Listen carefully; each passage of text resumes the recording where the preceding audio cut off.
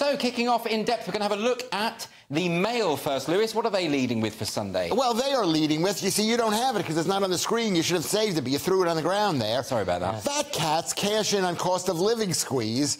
Bank and energy bosses branded vultures as Mail on Sunday exposes rocketing pay at the expense of hard-hitting families. And this is an incredible report.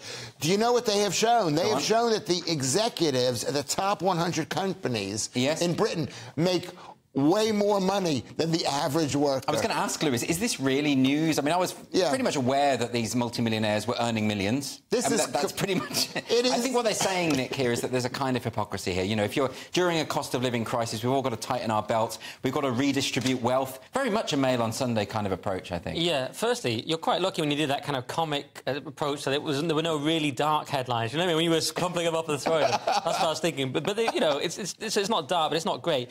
Yeah, well, look, one thing is it's wealth inequality. Lockdowns contributed towards it, of course. Yes. But also, I tend to agree with you, Andrew.